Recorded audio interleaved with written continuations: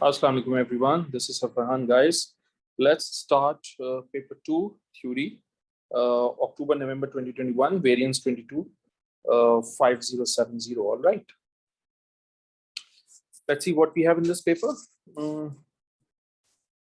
Choose from the following chlorides to answer the questions.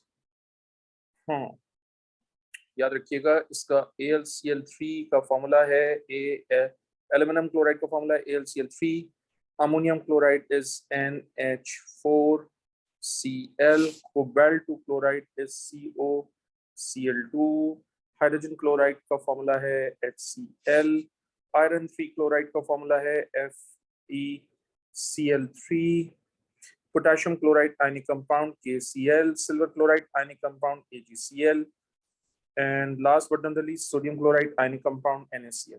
तो basically जो हमें list दी हुई है उसमें कुछ कोवलेंट हैं, कुछ आयनिक हैं और कुछ ऐसे हैं जिसमें कोवलेंट और आयनिक दोनों बॉन्डिंग एग्जिस्ट कर रही है, जैसे अमोनियम क्लोराइड। सही है। वो कह रहे हैं आपसे state which chloride contain a cation with a charge of 2+। तो 2+ चार्ज आप जानते हैं सोडियम के ऊपर +1, सिल्वर के ऊपर +1, पोटेशियम के ऊपर +1, तो तीनों गलत हो गए। आयरन को 3 कह रहा है तो इसका मतलब इस केस में आयरन के ऊपर 3+ चार्ज है, तो ये भी गलत। तो कोबाल्ट के ऊपर 2 कह रहा है तो इसका मतलब cobalt chloride. Okay,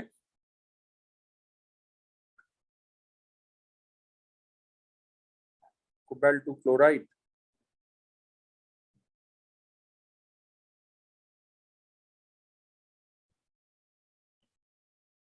okay, then फिर आपके पास है reacts with aqueous sodium hydroxide to form red brown precipitates। तो रेड ब्राउन प्रेसिपिटेट्स हमेशा किसके बनते हैं? रेड ब्राउन प्रेसिपिटेट्स बनते हैं Fe3+ आयंस के। तो हमारे पास Fe3+ आयंस कहां पर है? आयरन 3 क्लोराइड में है। तो right answer is iron 3 chloride. Okay, तो फिर वो कह रहे हैं insoluble in water. Obviously silver chloride is insoluble in water. Okay. Next is reacts with sodium hydroxide when warmed to produce a gas which turns damp red litmus paper blue. याद रखिएगा ये जो गैस रिलीज हुई है ये डैम्प red litmus paper blue में convert कर रही है। इसका मतलब this must be the ammonia gas. My goodness, hold on a second. What I'm doing? Ammonia gas, because it is the only alkaline gas. So ammonia gas is produced when alkali reacts with ammonium salt. So what is the ammonium salt here? Ammonium chloride. ये हमने करवाया class में। When any ammonium salt react with any alkali, then always ammonia gas is given off, which turns damp red litmus paper blue. ये पूरा वही statement लिखा है, तो हम यहाँ लिखेंगे अमोनियम सॉल्ट, और अमोनियम सॉल्ट जो है वो अमोनियम क्लोराइड है।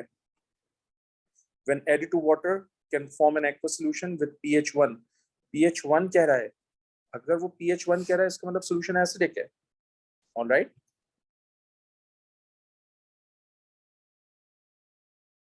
सोल्यूशन इज एसिडिक, तो एक एसिडिक गैस चाहिए। And hydrogen chloride would be the right answer, because मैं इसको वाटर में प्लेस करूंगा तो it will turn to hydrochloric acid, और हाइड्रोक्लोरिक एसिड क्योंकि एक स्ट्रॉन्ग एसिड होता है इसलिए उसका सोल्यूशन एसिडिक होगा, pH1 होगी। तो हाइड्रोजन क्लोराइड, अगर आपको याद हो मैंने इससे रिलेटेड इक्वेशन भी लिखी है आपको। ये है HCl, इसको वाटर में प्लेस करोगे ये कन्वर्ट होगा H+ + Cl- आइंस में। ये इक्वेशन भी लिखवाई हुई है, और मैंने according to the new course 2023 syllabus मैंने इसी इक्वेशन को इस तरह से भी करके लिख कर दिया है आपको। तो दोनों बातें सेम हैं, ये भी और ये भी। It doesn't make any difference. H+ लिखो या HCO+ लिखो, it doesn't make any difference. ये भी H+, ये भी H+, दोनों हाइड्रोजन आयंस यानी एसिड को रिप्रेजेंट कर रहे हैं। ठीक है, that's the end of first question. Let's move on to the next one. This question is about pollutants gases. Hydrocarbons such as octane are used as fuel for cars. The list shows the gases present in car exhaust. Okay. कुछ gases हैं यहाँ पर, carbon dioxide, carbon monoxide, nitrogen dioxide, octane, water vapour. वो कह रहा है state which two gases in the list shows that incomplete combustion has taken place in this car engine. जब incomplete combustion होती है तो जाहिर सी बात है आपके पास कार्बन मोनोऑक्साइड आता है.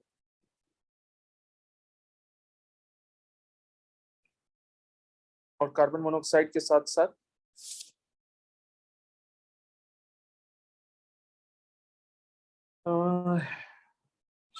ऑक्टेन भी आएगा, राइट? क्योंकि इनकम्प्लीट कंबशन होती है, हो सकता है बर्न भी ना हुआ हो.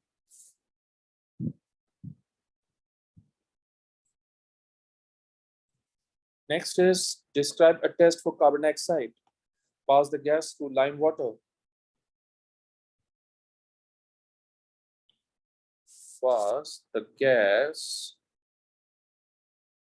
through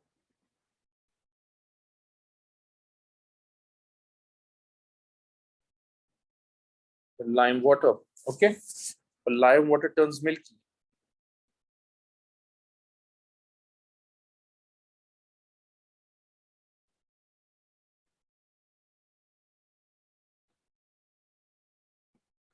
Two natural sources of methane in the atmosphere are from leaks of natural gas and waste gases from animals. Give one other natural source of methane in the atmosphere. Decomposition of plant.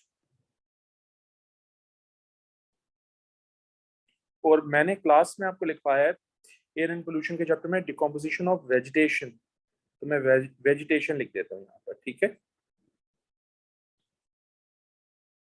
That's what we have done in the class, okay?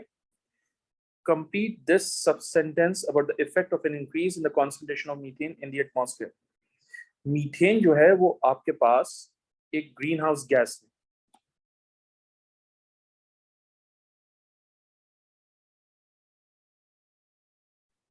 और क्योंकि वो green house gas है, which is why it absorbs and then re-emit infrared radiations. This contributes to the increase in temperature of the atmosphere, which is called global warming.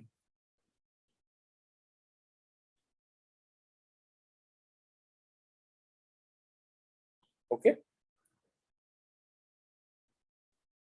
Next, cars are fitted with catalytic converter to reduce the amount of harmful pollutant gases from car exhaust. Describe how catalytic converter removes pollutant gases from car exhaust. We did that, and since it has 3 marks, तो obviously काफी चीजें जो हैं वो आपने देखनी है. तो सबसे पहले तो इक्वेशंस. सबसे पहली इक्वेशन है कि NO कार्बन मोनोऑक्साइड के साथ रिएक्शन करेगा, नाइट्रोजन गैस और कार्बन डाइऑक्साइड गैस में कन्वर्ट होगा. सही है. ये रिएक्शन रोडियम कैटलिस्ट की प्रेजेंस में होगा. बिल्कुल इसी तरह से अगर मैं कार्बन मोनोऑक्साइड लूं और उसको ऑक्सीजन से रिएक्शन करवाऊं और ये रिएक्शन प्लैटिनम कैटलिस्ट की प्रेजेंस में होगा, तो ये कन्वर्ट हो जाएगा कार्बन डाइऑक्साइड में. तो हम यहाँ पर कहेंगे प्लैटिनम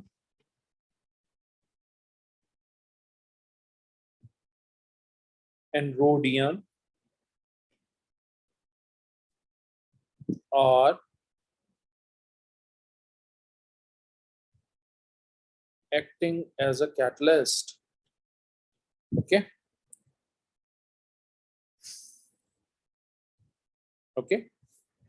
इसमें हम बोलेंगे carbon monoxide is oxidised to carbon dioxide.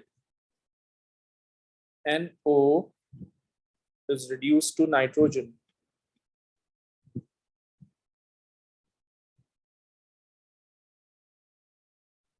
ठीक है.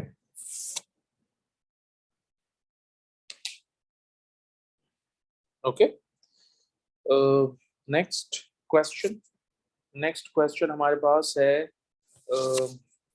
Magnesium ribbon reacts with dilute hydrochloric acid. तो आप सब जानते हैं कि मैग्नीशियम जो है वो एक रिएक्टिव मेटल है और reactive metal gives hydrogen gas when treated with acid, ये आ गई मेरे पास hydrogen gas according to the equation. And obviously मैं इस हाइड्रोजन गैस का वॉल्यूम कलेक्ट करूंगा। So we need to collect the volume of hydrogen gas at different time intervals and this gas needs to be collected in the gas range. Alright, वो कह रहे हैं the graph shows the volume of hydrogen gas produced at 20 degree Celsius as the reaction proceeds. The magnesium is in excess, तो magnesium access के अंदर है, इसका मतलब जो भी रिएक्शन होगा वो इस HCl से कंट्रोल होगा क्योंकि HCl would be the limiting reactant. Okay, तो HCl जो है वो आपका लिमिटिंग रिएक्टेंट है। ओके, ठीक है, तो ये तकरीबन आपके पास आ रही है, आंसर आ रहा है आपके पास 45 आ रहा है I think so.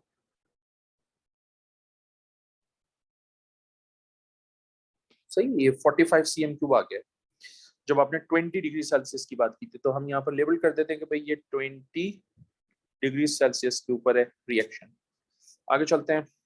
The experiment is repeated using a lower concentration of hydrochloric acid. अच्छा, अब आप सब जानते हैं अगर लोअर कंसंट्रेशन ऑफ HCl है तो जाहिर सी बात है लेस कोलिशन फ्रीक्वेंसी होगी। जब कोलिशन फ्रीक्वेंसी कम होगी तो वह जाहिर सी बात है रेट ऑफ रिएक्शन स्लोअर होगा, तो लेस स्टीपर कर्व हो जाएगा। Right, on top of that वो ये भी कह रहे हैं कि volume of acid and all other conditions are same. Okay, फिर वो कह रहे हैं draw the line on the grid to show how the volume of hydrogen gas produced changes with time when the reaction is done with a lower concentration.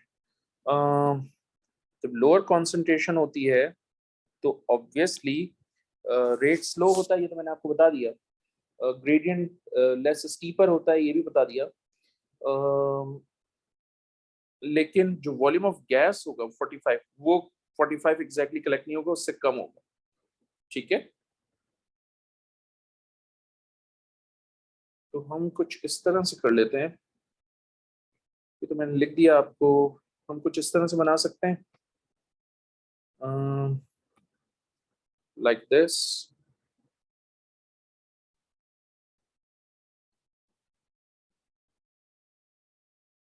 ठीक है, oops,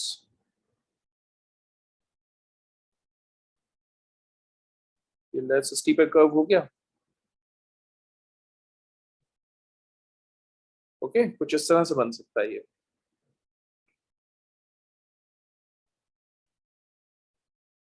alright, तो ये हमारा लोअर कॉन्सेंट्रेशन ऑफ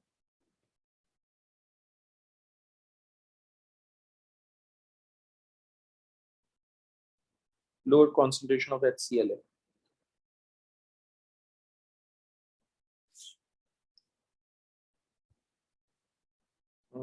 नहीं नहीं नहीं नहीं, एक मिनट एक मिनट एक मिनट, वेट, काम मैंने सही किया है लेकिन एक छोटा सा इशू, और वो इशू ये है, मैं हाथ से बनाता हूँ पहली बात।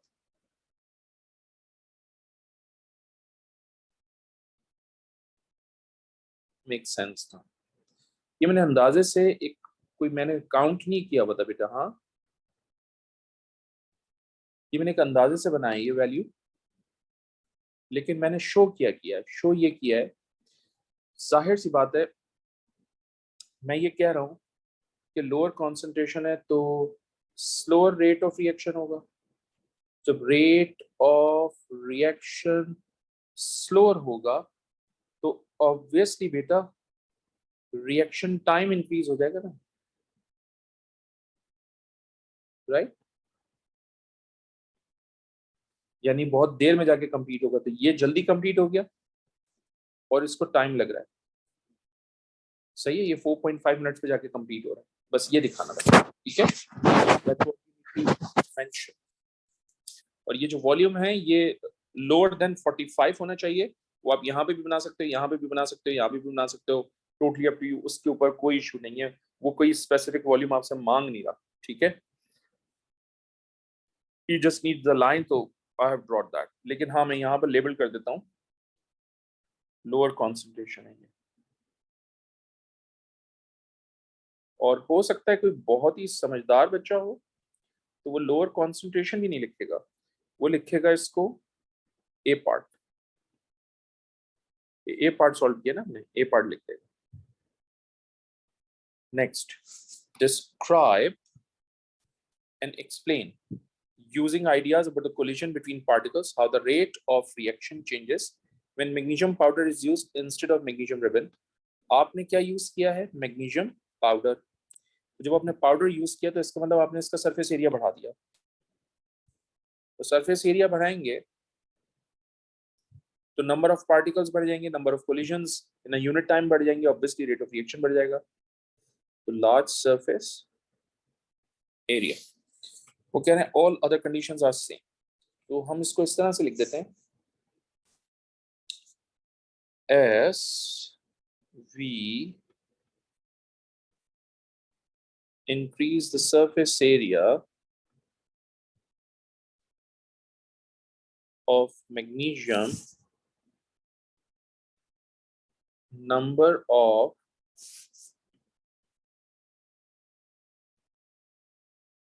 particles increases। If number of particles increases, collision frequency increases,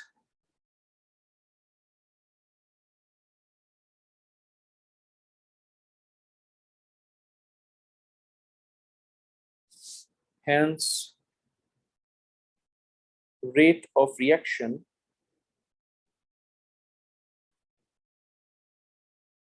increases। Okay,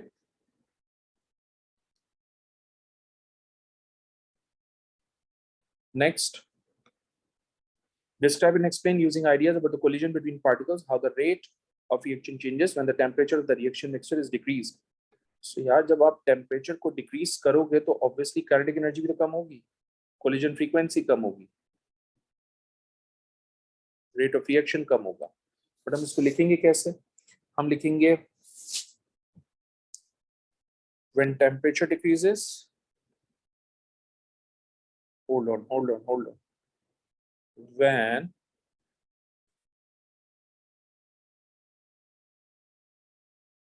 temperature decreases,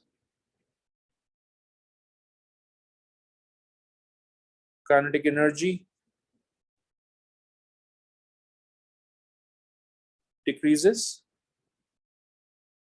जब काइनेटिक एनर्जी डिक्रीज होगी तो obviously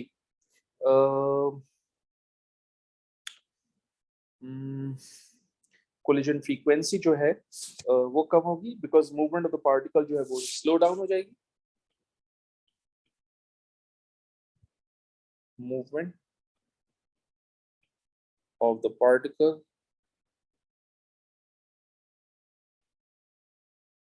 slows down, thus collision frequency decreases,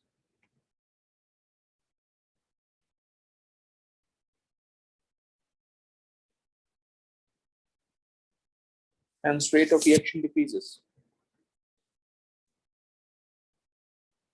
hence rate of reaction decreases। Okay, next, calculate the maximum volume in DMQ। तो जनाब मुझसे DMQ में volume calculate करवा रहे हैं हाइड्रोजन का, when 1.68 ग्राम ऑफ मैग्नीशियम, जब आपको मास ऑफ मैग्नीशियम गिवन हो with excess dilute hydrochloric acid at room temperature and pressure। 3 significant figures में आंसर देना है। So सबसे पहला पॉइंट, मैं मोल्स ऑफ मैग्नीशियम डिटरमिन करूंगा। मुझे मास दिया हुआ है 1.68, मैं इसको डिवाइड कर दूंगा 24 से, तो मेरे पास मोल्स आ जाएंगे। ये हो जाएगा आपके पास 1.68 डिवाइडेड बाय 24, 0.07 मोल्स। ओके, हम सब जानते हैं कि मैग्नीशियम और हाइड्रोजन गैस के दरमियान 1:1 का रेशियो है। और ये बात मुझे कहाँ से पता चली? मुझे इस इक्वेशन से पता चली, राइट? ओके।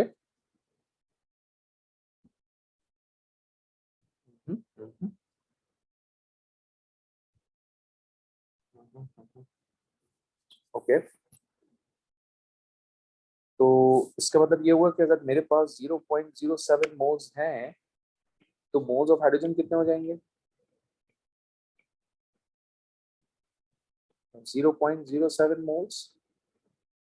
ओके, नेक्स्ट मैंने आपको बताया हुआ एक फॉर्मूला कि moles of gas equals to volume of gas, जो कि मुझे फाइंड आउट करने के लिए कहा गया है, ओवर मोलर वॉल्यूम। और ये मोलर वॉल्यूम जो होता है ये रूम टेम्परेचर का होता है, which is 24 DM cube, right? तो अगर मुझे वॉल्यूम ऑफ गैस कैलकुलेट करना है, आई मीन हाइड्रोजन गैस, तो मैं मोल्स को मल्टीप्लाई कर दूंगा 24 डीएम क्यूब से। तो मैं मल्टीप्लाई करता हूँ 24 डीएम क्यूब से, तो it's going to be 1.68 dm cube. उन्होंने 3 सिग्निफिकेंट फिगर्स बोला है, तो मैं एग्जैक्टली 1.68 डीएम क्यूब बोलूंगा। Now the next is magnesium is a good reducing agent। तो मैंने आपको कहा था पहले भी कहा था कि मैग्नीशियम जो है वो मेटल है, and all metals are reducing. याद आया आपको कुछ? All, my goodness, all metals are reducing agent, ठीक है ना? So describe a test for reducing agent। भाई रिड्यूसिंग एजेंट को टेस्ट करने के लिए हम ऑक्सीडाइजिंग एजेंट लेते हैं, और यहाँ पर हम ऑक्सीडाइजिंग एजेंट क्या लेंगे? हम यहाँ पर ऑक्सीडाइजिंग एजेंट ले लेते हैं अ,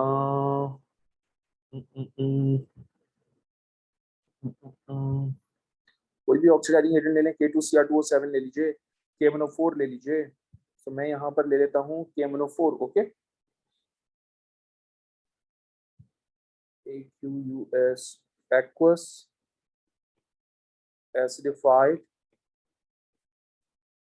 potassium मैग्नेट 7, ये ले रहा हूं मैं। ऑब्जर्वेशन क्या होगी? पर्पल टू कलरलेस, क्योंकि आप जानते हैं KMnO4 पर्पल कलर का होता है। अब मान लीजिए कि किसी बच्चे ने यहाँ पर K2Cr2O7 लिखा था, एसिडिफाइड एक्वस K2Cr2O7, तो कलर ऑब्जर्वेशन होती ऑरेंज टू ग्रीन, तो वो भी ठीक था। दोनों में से आप कोई सा भी लिख सकते हैं, दोनों एक्सेप्टेबल है। Okay, that's the end of question number 3. Let's move on to the question number 4. Alkanes are a homologous series of hydrocarbons. The boiling point, melting point, and density of alkane increases as the number of carbon atom increases. Give one other physical property of alkane which increases as the number of carbon atom increases. Yeah, obviously density increase हो रही है, viscosity भी तो increase होगी. So viscosity also increases because density increases. Because density increases.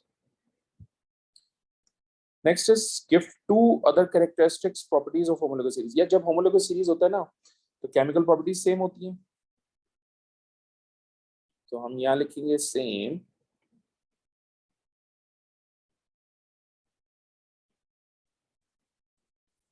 chemical properties। इसके अलावा general formula same होता है, same functional group and general formula, same functional group and general formula।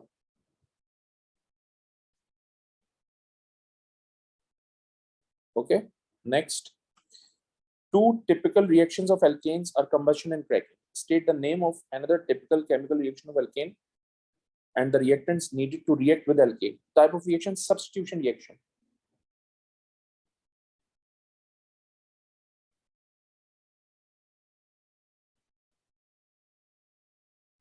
Substitution reaction, और substitution reaction के लिए आप क्या use करेंगे? एल्केन के साथ तो यूज करते ही करते हैं, because alkane is one of the reactant. तो उस सब्स्टिट्यूशन के लिए हम यूज करते हैं chlorine,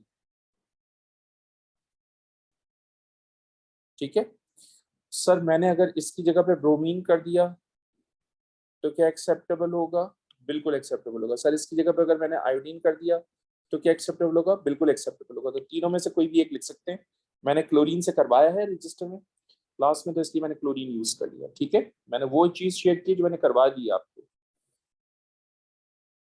okay, part C, alkenes are produced by cracking of alkenes. State two conditions needed for cracking.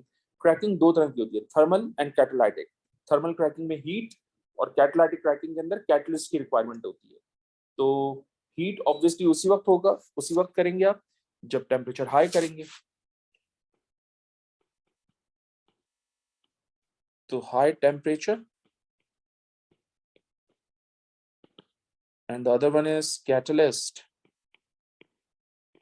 Okay, next is tridecane C13H28 can be cracked to produce an alkene.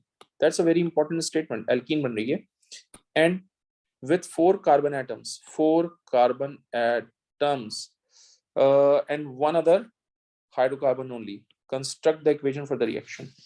तो आपके पास formula है C13H28, इसको आप crack कर रहे हैं जिसके नतीजे में एल्कीन विद 4 कार्बन एटम्स बन रही है, तो C4H8 हो जाएगा, that is butene, plus one other hydrocarbon only. इसका मतलब ये हुआ इसके अलावा कुछ, इन दो के अलावा कुछ और बनेगा नहीं। How many carbon atoms left? 13 में से 4 निकाल दीजिए, you will get only 9 carbon. 28 में से 8 निकाल दीजिए, you will get only 20 hydrogens. So that is going to be your answer. Okay, okay.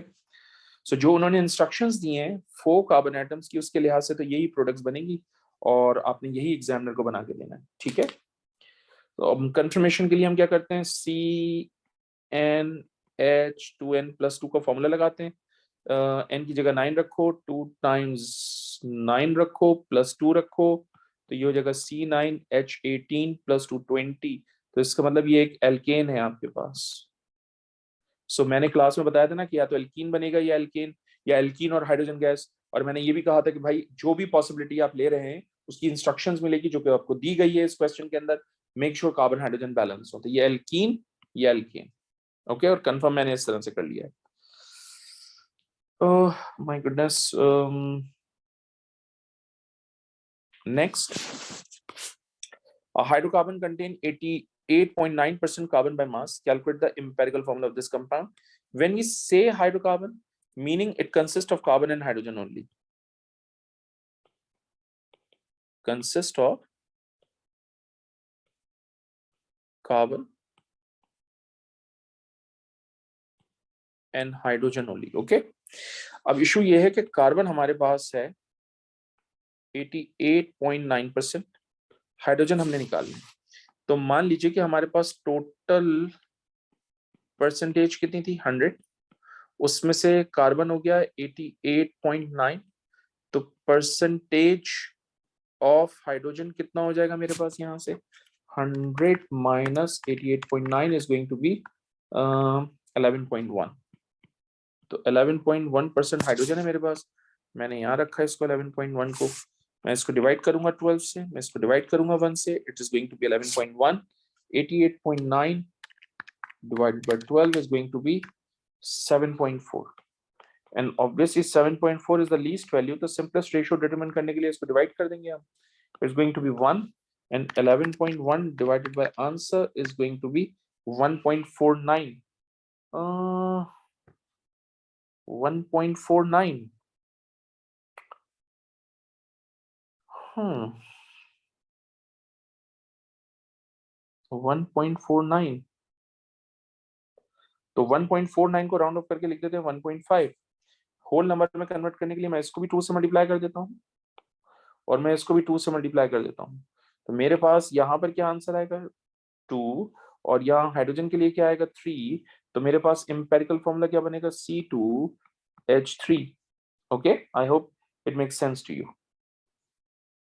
That's the end of question number 4. Let's start with question number 5. Lithium reacts with aqueous zinc iodide.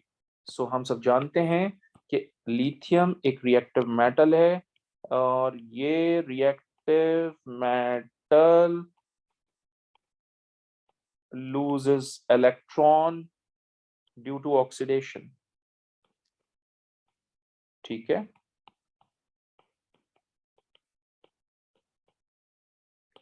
Okay.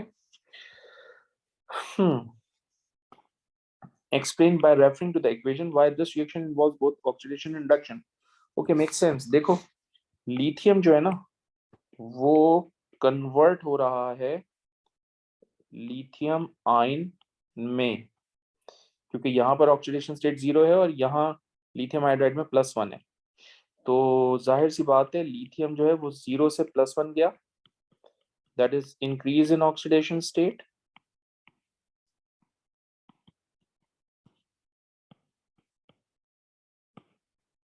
So it loses electron. ठीक है. Whereas on the other hand, zinc यहाँ पर क्या है 2+ और यहाँ क्या हो गया जिंक 0. तो बेसिकली जिंक क्या हो रहा है, zinc is actually getting reduced by gaining electron and converting into zinc metal. तो यहाँ पर जिंक 0 है और यहाँ पर यहाँ पर जिंक जो है वो 2+ है और यहाँ पर 0 है. तो आप लिखेंगे जिंक जो है वो +2 to 0 हो रहा है, that is decrease in oxidation state due to the gain of electron, which is why it is a redox reaction. Okay. Esterified aqueous silver nitrate is added to aqueous zinc chloride. State the observation made. So बहुत ही obvious सा एक reaction है कि मेरे पास silver nitrate है, मेरे पास zinc chloride है ZnCl2. मैं इन दोनों को रिएक्शन करवाऊंगा तो ये कन्वर्ट हो जाएगा AgCl में, एंड ऑब्वियसली इस AgCl के व्हाइट प्रेसिपिटेट्स बनेंगे plus zinc nitrate. Zinc nitrate का फॉर्मूला ये होता है. प्रॉब्लम इज कि हमारे पास यहाँ 2 नाइट्रेट्स हैं, तो बैलेंस करने के लिए हम यहाँ पर 2 लगाएंगे. सिल्वर 2 हो गया तो हम यहाँ पर भी 2 लगाएंगे. तो बेसिकली हमें वो कह रहे हैं कि स्टेट द ऑब्जर्वेशन मेड. तो white precipitate of silver chloride, so हम यहाँ लिखेंगे ओ सिल्वर आयोडाइड है. My bad what I am doing. Silver iodide है तो ऑब्वियसली यहाँ पर सिल्वर आयोडाइड की येलो प्रेसिपिटेट्स बनेंगे. Make sure guys question, read the question very carefully, very carefully. अगर मुझसे गलती हो सकती है आपसे भी हो सकती है. सो मैं यहाँ, माय गुडनेस, बट मुझे समझ नहीं आ रहा मैंने उसको क्लोराइड क्यों पढ़ा है, डिस्पाइट द फैक्ट कि मैंने क्वेश्चन रीड किया. येलो प्रेसिपिटेट, ठीक है. Next is when aqueous bromine reacts with aqueous zinc iodide, a brown solution is formed. Name the product of this reaction. Name बाद में बताएंगे, पहले रिएक्शन देखो. रिएक्शन का सीन कुछ ऐसा है कि मेरे पास ब्रोमीन है, ओके, और मैं उसको रिएक्शन करवा रहा हूँ जिंक आयोडाइड से. आप जानते हैं कि bromine is more reactive, which is why वो आयोडाइड को ऑक्सीडाइज करके आयोडीन में कन्वर्ट करेगा और खुद कन्वर्ट हो जाएगा जिंक ब्रोमाइड में. ओके, तो जो आपके पास ब्राउन सोल्यूशन है वो यकीनन इस आयोडीन का है. ठीक है. तो प्रोडक्ट्स कह रहे हैं वो आपसे, प्रोडक्ट्स, और वो नाम पूछ रहे हैं आपसे. इसका मतलब फॉर्मूला नहीं लिख सकते, तो आप लिखेंगे एक्वस आयोडीन, यहां लिख दीजिए एक्वस आयोडीन. ठीक है. और दूसरा होगा zinc bromide. Okay. Explain why aqueous bromine does not react with aqueous zinc chloride, because bromine की रिएक्टिविटी क्लोरीन से कम होती है, वो उसको डिस्प्लेस नहीं कर सकता. Bromine cannot displace chlorine because of its less reactivity. Okay. So that's the end of question number 5. Let's move on to the next question. Phosphorus reacts with hydrogen to produce phosphine. pH 3 इसका formula है. The reaction is endothermic. जब हम endothermic reaction कहते हैं, इसका मतलब delta H जो है वो हमारे पास पॉजिटिव होगी, और जब डेल्टा H पॉजिटिव होती है इसका मतलब energy of product higher than reactant.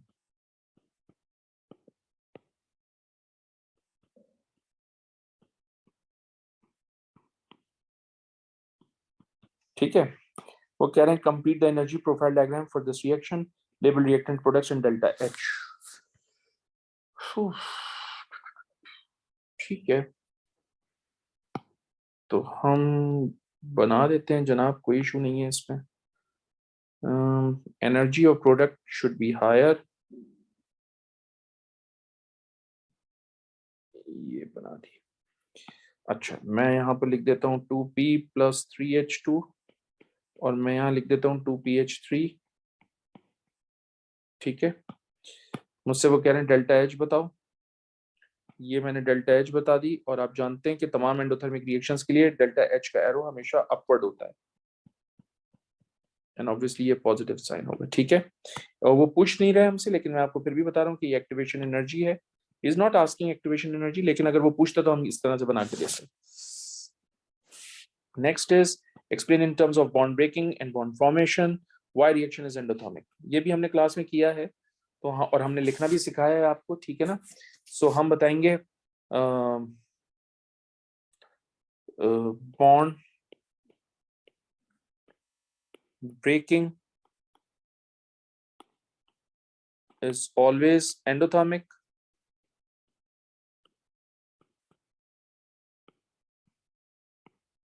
And bond formation is always exothermic.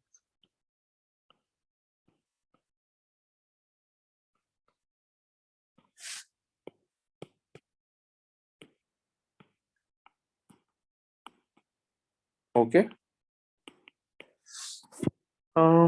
Since the reaction is endothermic, which means more energy is absorbed in breaking the bond. So more energy is absorbed in bond breaking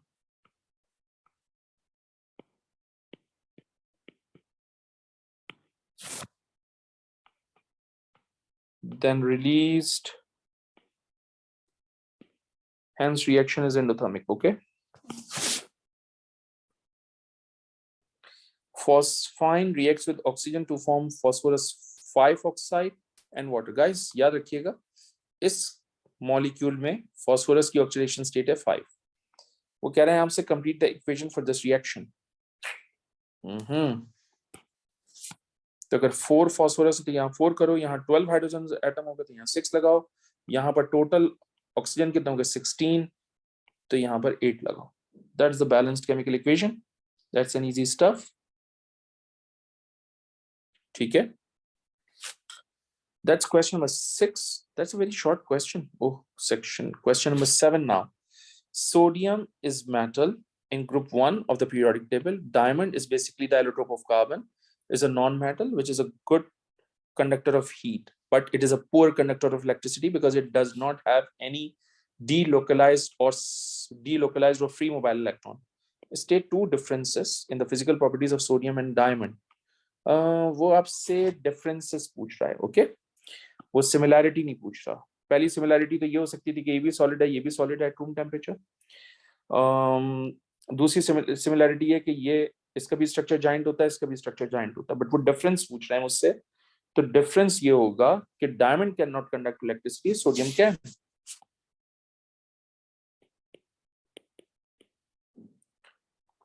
sodium can conduct electricity while diamond cannot.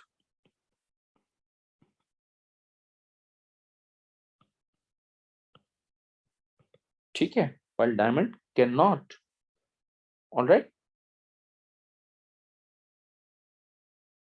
दूसरी property ये है कि आप जानते हैं कि sodium जो है वो सॉफ्ट होता है, ग्रुप 1 का मेटल होता है, नाइफ से कट हो जाता है।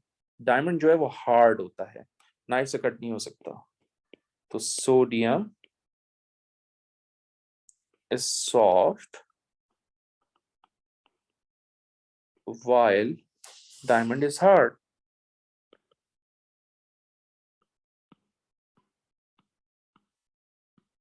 Okay. An ion of sodium has a symbol. ये सोडियम आयन हो गया आपका। Reduce the number of protons, neutrons and electrons in this. तो ये atomic number 11 है, इसका मतलब इसमें protons 11 होंगे, +1 charges का मतलब electrons 10 हो जाएंगे, और 23 - 11 करेंगे तो न्यूट्रॉन्स 12 हो जाएंगे। That's so easy. ये 3 marks फ्री के हैं मेरी नजर में। Sodium reacts with nitrogen to form sodium nitrite. Complete the equation for this reaction. Sodium nitride है तो सोडियम को मैंने नाइट्रोजन के साथ रिएक्शन करना है। ठीक है, उन्होंने कहा भी है मुझसे कि सोडियम और नाइट्रोजन का रिएक्शन होगा, तो मैंने सोडियम लिखा यहाँ, नाइट्रोजन लिखा, और ये सोडियम नाइट्राइड बन गया। बैलेंस करने के लिए यहाँ पर 3 लगाऊंगा मैं। नहीं, 3 नहीं लगेगा। बैलेंस करने के लिए मैं यहाँ पर 2 लगाऊंगा, because we have 2 nitrogen atom है। How many sodiums here now? 6। तो बैलेंस करने के लिए मैं यहाँ पर 6 लगाऊंगा। ठीक है, I hope it makes sense to you. When carbon is heated with steam in a closed container, an equilibrium mixture is formed. The forward reaction is endothermic. That shows कि reaction जो है वो आपका endothermic है, delta H की value plus होगी। ठीक है, वो कह रहे हैं describe and explain the effect, if any, on the position of equilibrium when the temperature is increased. Since reaction is endothermic, and if you increase the temperature, obviously equilibrium favors towards right hand side, ताकि जो equilibrium में एक stress आए temperature को increase करने से वो minimise हो जाए या न्यूट्रलाइज हो जाए। Okay, and as a result product की जो यील्ड है वो बढ़ जाएगी। तो वो आपसे कह रहे हैं एक्सप्लेन भी करो, डिस्क्राइब भी करो पोजीशन ऑफ इक्विलिब्रियम को। ठीक है, व्हेन टेम्परेचर इज इंक्रीज्ड। चलो देखो,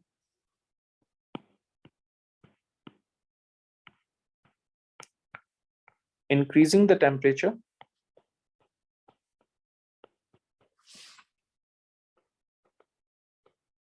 causes a stress in equilibrium.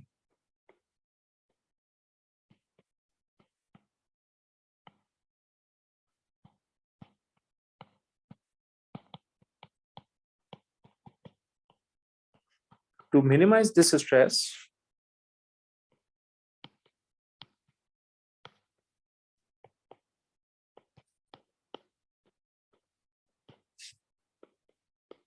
equilibrium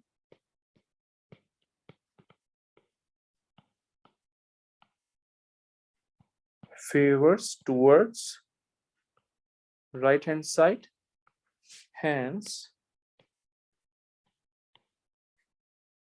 yield of product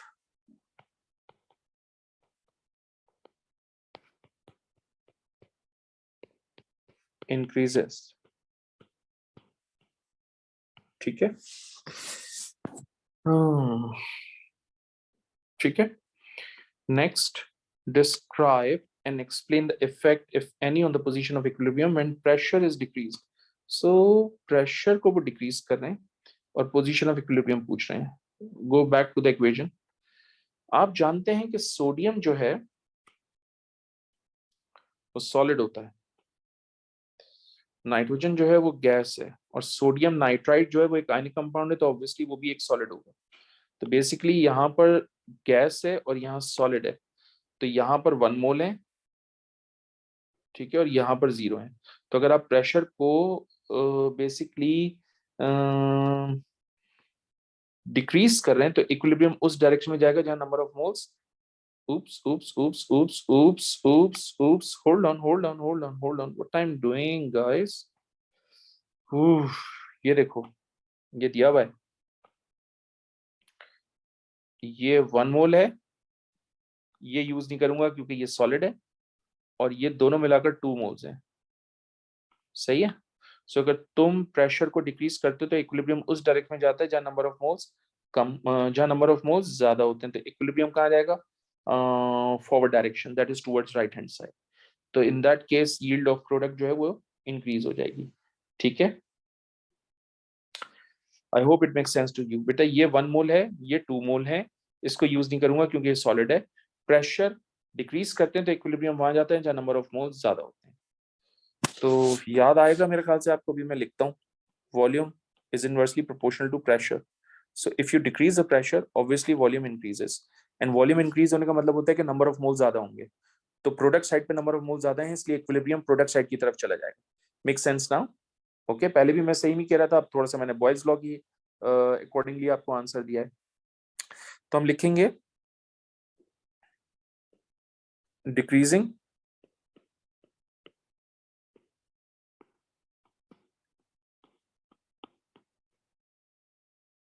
the pressure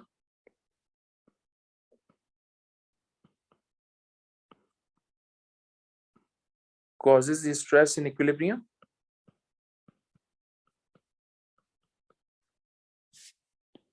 To minimize this stress,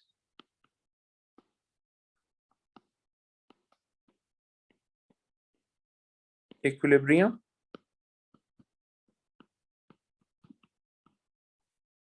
favors towards right hand side due to more number of moles or more volume. ठीक है, I hope you get the point now. Question number 8, the structure of organic compound T is shown. इस T की खास बात पता है क्या है? T की खास बात यह है कि यार ये एक एल्कीन है, क्योंकि between the carbon atom double bond है, यानी एल्कीन फंक्शनल ग्रुप है।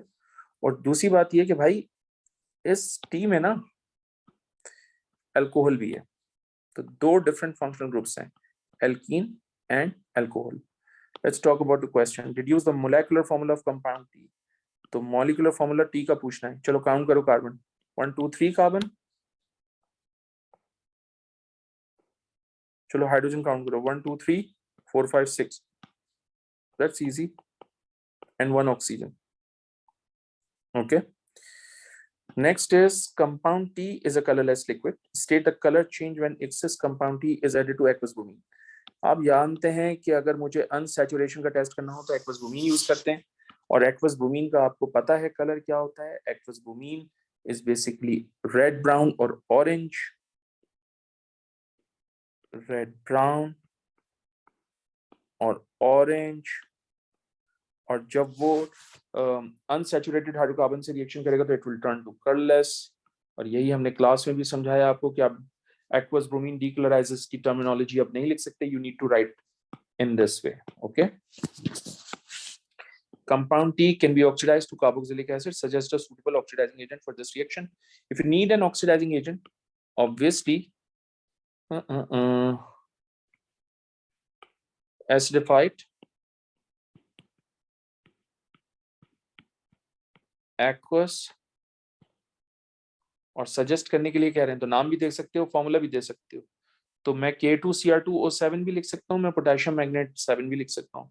सो AQUEOUS aqueous, acidified aqueous potassium magnet 7. Okay, compound T can be polymerized. Draw the partial structure of polymer of compound T. Show 2 repeating units. ये काम की चीजें हैं। पहली बात 2 repeating units यानी 2 मोनोमर्स शो करोगे, और partial structure of polymer of compound T बताना है।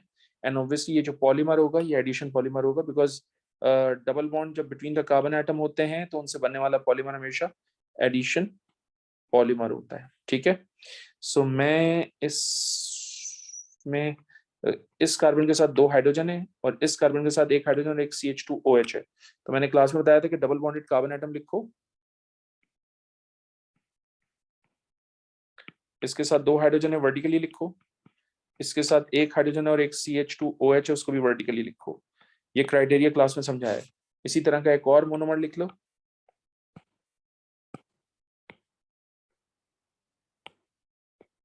सही है, ये मोनोमर आ गया। अब अगर तुम्हें इसको पॉलीमर में कन्वर्ट करना है तो ऑब्वियसली मैंने तुम्हें ट्रिक सिखाई भी है कि ये जो बॉन्ड होगा ये between these two carbon shift होगा, ये वाला जो बॉन्ड है ऑब्वियसली यहाँ शिफ्ट हो जाएगा, तीसरे वाले मोनोमर का जो बॉन्ड है वो यहाँ शिफ्ट होगा, and that's your answer. Okay, 2 repeating unit show कर दिए, ये फर्स्ट रिपीटिंग यूनिट है, ये सेकंड।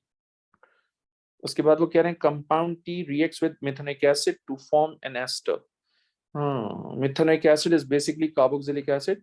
ये मैंने क्लास में काम करवाया आपको, इसका फॉर्मूला भी दिया है, इसका नाम भी दिया है, हर चीज बताइए। वो कह रहे हैं complete the structure of this ester to show all the atoms and all the bonds. Okay, so मैं जरा एक सेकंड के लिए इसको यहाँ से रेस करता हूँ, मुझे ये कॉपी करना है स्ट्रक्चर, ठीक है। स्ट्रक्चर कॉपी करता हूँ मैं पहले तो, ताकि मुझे लिखने में, बात समझाने में आसानी हो। ओके, चलो अब देखते हैं, यहाँ लिखते हैं स्ट्रक्चर पहले तो, ठीक है, ये है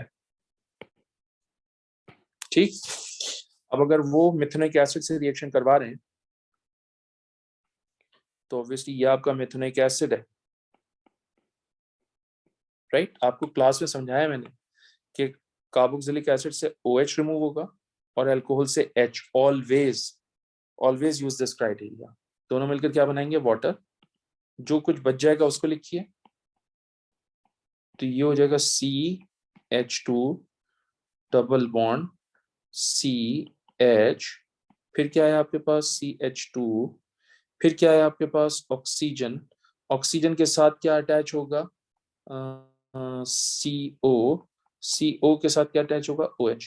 तो बेसिकली ये आपने समझ लिया करना क्या है। अब जाहिर सी बात है आपने क्या करना है, एग्जामिनर ने मुझे ये सारी चीजें लिख कर दी हुई है, मुझे सिर्फ और सिर्फ ये अटैच करना है। तो I need to attach only this part with this carbon atom.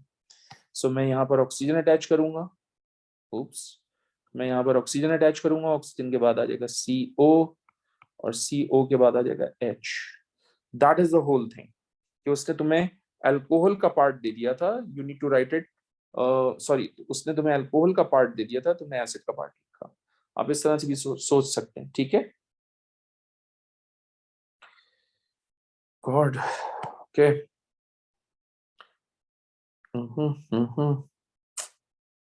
F part. Methanoic acid is a weak acid. Hydrochloric acid is a strong. Give the formula of the positive ions that is present in all acid. All acids donates hydrogen ion in aqueous medium. चाहे strong हो, चाहे weak हो. Next, explain why the rate of reaction of 1 mole per dm cube methanoic acid with magnesium is less than the rate of reaction of 1 mole per dm cube hydrochloric acid with magnesium. पहली बात, आप जानते हैं उसने आपको कहा कि ये वीक है और ये स्ट्रांग है।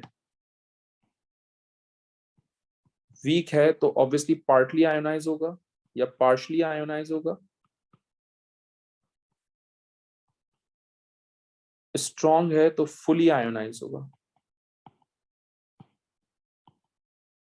तो फुली आयोनाइज होगा तो जाहिर सी बात है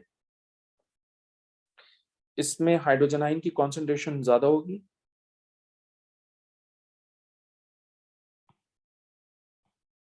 राइट। और ये पार्शली आयोनाइज हो रहा है तो इसमें हाइड्रोजन आयन की कॉन्सेंट्रेशन कम होगी, ठीक है। अब जाहिर सी बात है जब इसमें हाइड्रोजन आयन की कॉन्सेंट्रेशन ज्यादा है तो यहाँ रेट ऑफ रिएक्शन ज्यादा होगा, यहाँ कॉन्सेंट्रेशन ऑफ हाइड्रोजन आयन कम है तो यहाँ पर रेट ऑफ रिएक्शन कम होगा। I hope it makes sense to you. चलें, हम इसको लिखते हैं, हम लिखेंगे HCl ionizes fully, so it gives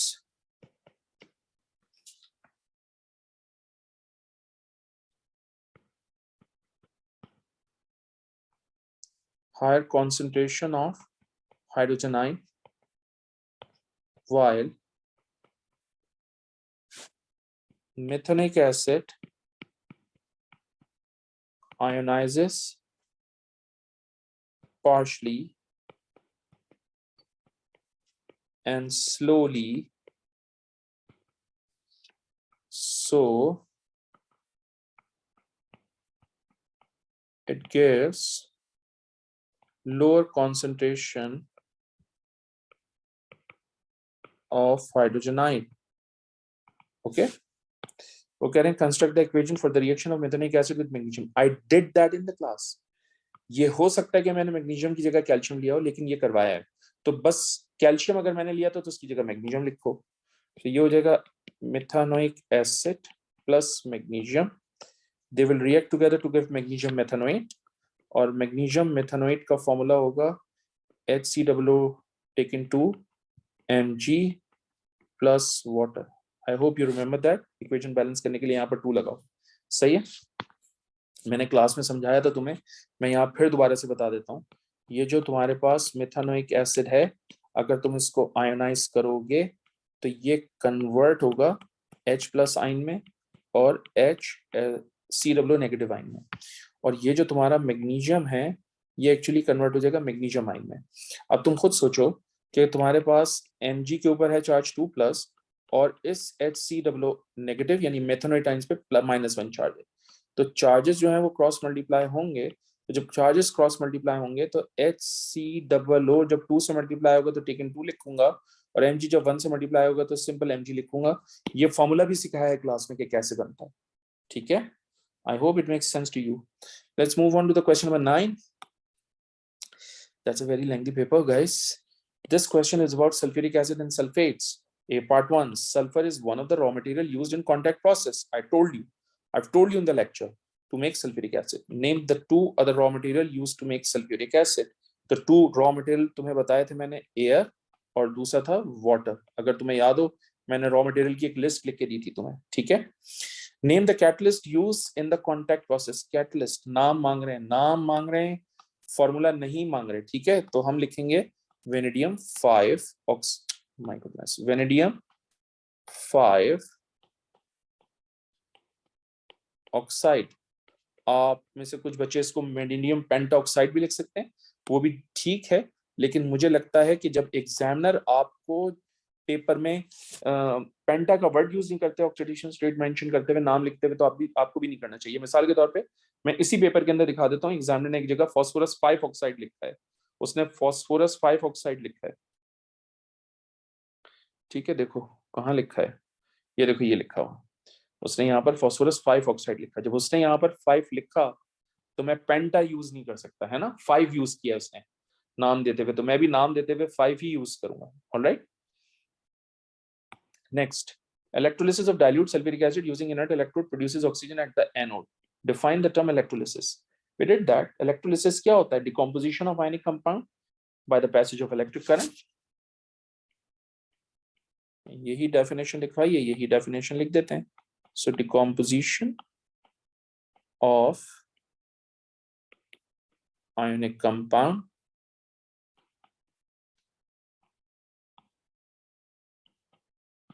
by the passage of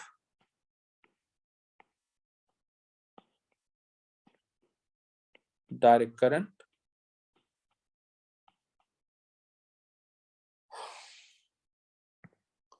is called electrolysis. छोटी सी छोटी बात प्रिपेयर करके जानी है सिलेबस के अंदर, ठीक है। कोई चीज स्किप नहीं कर सकते, कोई चीज इग्नोर नहीं कर सकते, ये नहीं कह सकते कि यार ये नहीं पूछा तो नहीं आएगा। मैंने जितने पेपर सॉल्व किए अभी तक, जितने, मैंने कहीं इलेक्ट्रोलिसिस की डेफिनेशन नहीं देखी, लेकिन देखें उसने इस पेपर में इलेक्ट्रोलिसिस की डेफिनेशन पूछी। इसका मतलब you need to cover every single detail of chem, whatever we have discussed in the class, whatever we have written in the register, you need to prepare that. super duper आपकी preparation होनी चाहिए, top notch preparation करो। Construct the equation for the reaction taking place at cathode. अच्छा जी, hydrogen gas जो है वो आपको पता है ना, डाइल्यूट सल्फ्यूरिक एसिड के केस में,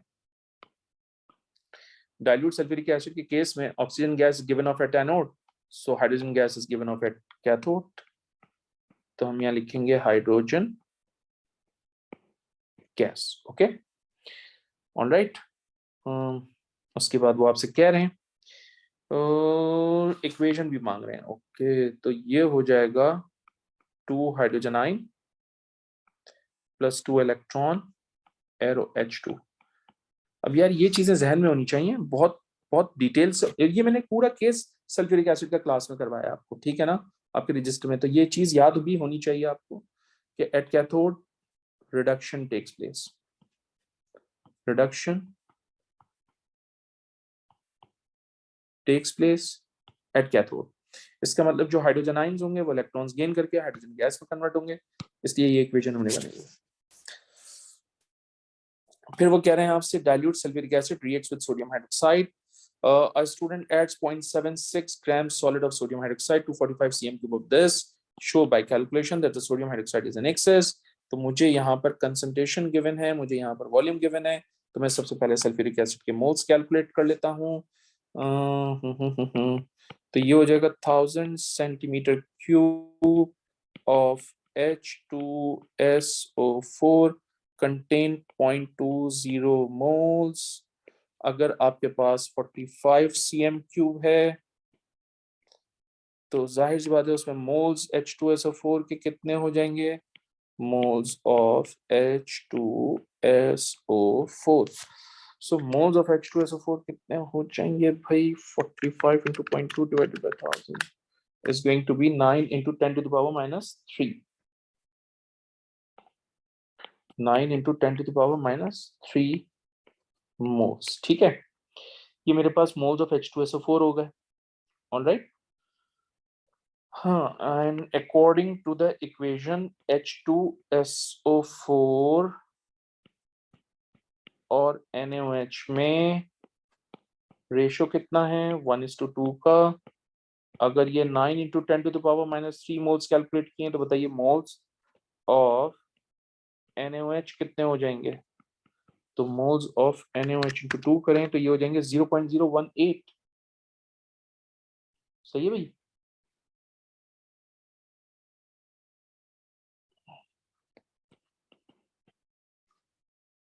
और 0.018।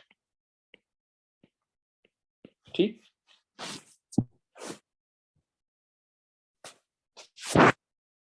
ठीक है जी।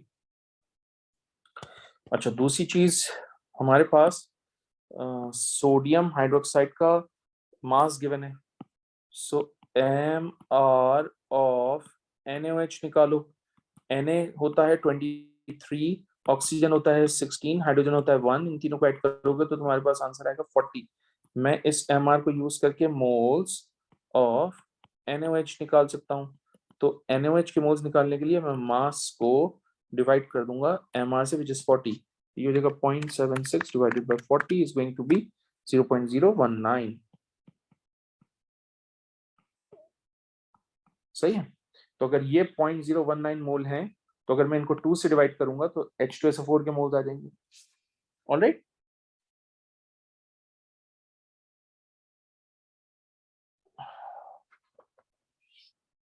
सही है ना। तो एक बात तो तय हो गई कि इसके मोल्स से ज्यादा है, इसका मतलब ये एक्सेस अमाउंट के अंदर है। ठीक है, next, aqueous sodium hydroxide is warm with ammonium sulfate।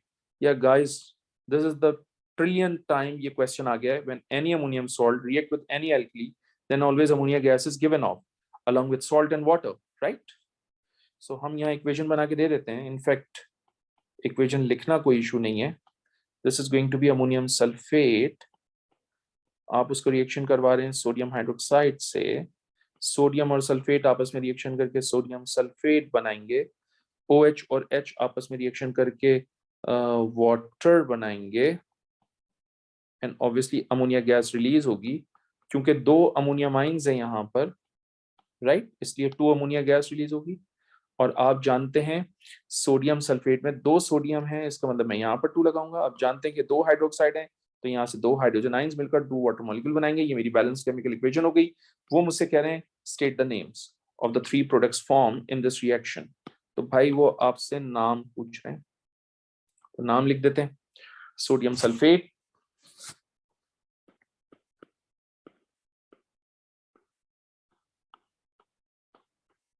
सही है, फिर है आपके पास वाटर, एंड देन फिर आपके पास है ammonia. Okay, oh, there's a question number 10 guys।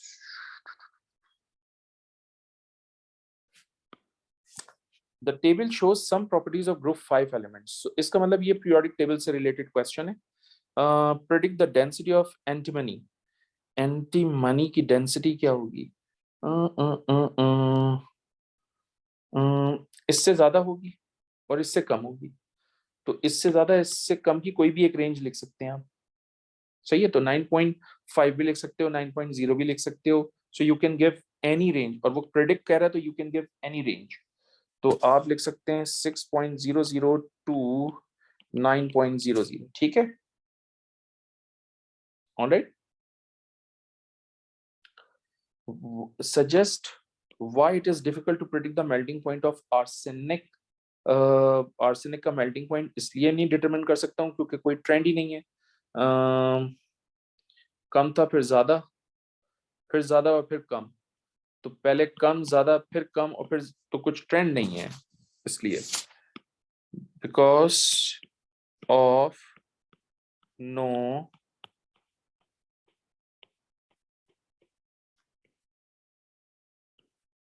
specific trend. Okay, now the next is the structure of two compounds of phosphorus, R and S, are shown। ये R है which is sodium phosphide, इस compound का नाम बता देते हैं हम, sodium phosphide, sodium phosphide, क्योंकि P3 माइनस है। ओके, और इसका नाम अभी थोड़ी देर पहले आपने फॉस्फाइन पढ़ा था, या फॉस्फीन भी बहुत से लोग कहते हैं। ओके, इसका फॉर्मूला बनेगा NaP, Na3P, और इसका फॉर्मूला बनेगा PH3। ये कोवलेंट है क्योंकि कोवलेंट बॉन्ड नजर आ रहे हैं, और इसमें clear cut plus minus charges का मतलब ये आयनिक बॉन्डिंग है, ठीक है? क्योंकि कैटायंस अरेंज हुए हैं इन अ रेगुलर मैनर। वो कह रहे हैं explain in terms of structure and bonding why compound R has a high melting and boiling point and compound S has a low. तो आप कंपाउंड आर के अंदर बताएंगे R exhibit ionic bonding and has a giant crystal lattice structure with strong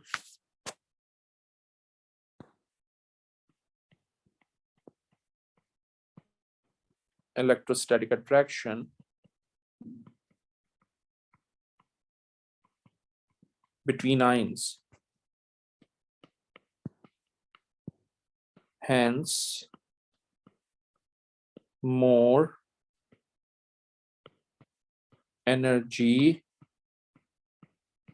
is needed to overcome such force। Okay, compound S से related क्या है? Compound S जाहिर सी बात है exhibit covalent bonding and simple molecular structure।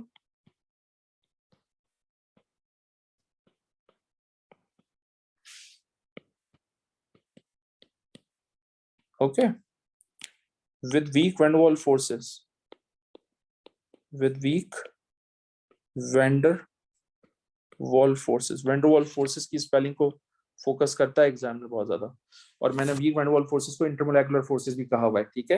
But मैंने कहा है कि weak van der Waals forces लिखो बिकॉज पूरी दुनिया में weak van der Waals forces use की जाती हैं IGCSE GCSE GCE के अंदर। So simple molecular structure with weak van der Waals forces, so less energy is needed to overcome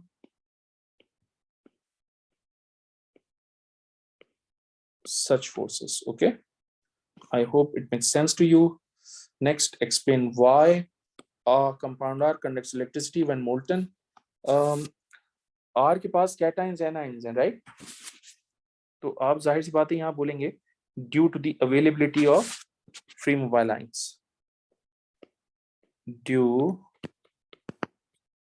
to the availability of free mobile ions in molten, ठीक है जी, ये molten में क्या रहा है, तो इसका मतलब फ्री मोबाइल आयंस होंगे, फ्री मोबाइल आयंस या free mobile delocalized ions. Next is draw a dot and cross diagram for the molecule of compound S. Show outer electrons only. S आपके पास क्या था? pH3, right? तो याद रखो कि phosphorus जो है उसके वैलेंस शेल में 5 इलेक्ट्रॉन्स हैं क्योंकि वो ग्रुप 5 का है, और हाइड्रोजन के वैलेंस शेल में 1 इलेक्ट्रॉन होगा क्योंकि वो ग्रुप 1 का एलिमेंट है। ओके और तुम्हें उस डायग्राम से पता चल रहा है कि सिंगल कोवलेंट बॉन्ड बना। So what we can do is कि हम यहाँ पर फॉस्फोरस लिखेंगे, उसके साथ 3 हाइड्रोजन लगाने, तो 1 2 और ये 3, ठीक है, ये फॉस्फोरस हो गया मेरा, ये हाइड्रोजन हो गया मेरा, एंड ऑब्वियसली फॉस्फोरस के कितने इलेक्ट्रॉन्स हैं मेरे पास वैलेंस शेल में? 5, 1 2 3 4 5, और हाइड्रोजन के कितने इलेक्ट्रॉन्स हैं? क्रॉस से रिप्रेजेंट करो, एक ही होता है। ये बन गई आपकी डॉट एंड क्रॉस डायग्राम, और मेरे ख्याल से मैंने pH3 भी करवाया हुआ है, आपको चेक करना, आप नोट्स में मिलेगा आपको। An oxides of phosphorus has a formula P4O10, calculate the percentage by mass of phosphorus in this compound.